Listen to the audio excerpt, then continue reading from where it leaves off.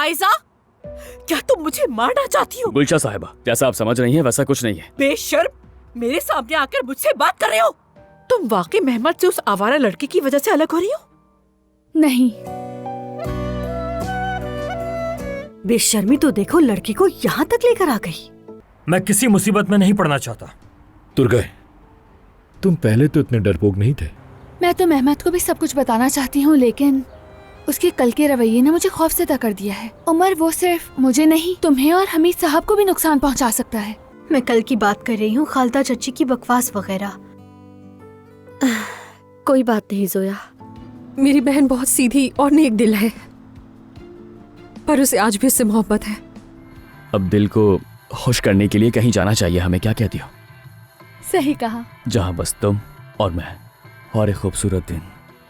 जी फरमाइए। जुमाना तो मेरे मैसेज का जवाब क्यों नहीं दे रही? जवाब ना देना ही बेहतर है। प्लीज ऐसा मत करो। क्या कोई ऐसी बात है जो तुमने मुझे नहीं बताई? नहीं। तुम्हें यकीन है? क्या हमें 3 सालों का हिसाब चुकाना नहीं पड़ता? अगर हर दिन ऐसा ही है तो मुझे शिद्दत से इंतजार है। बेफिक्र हो जाओ मेरी जान।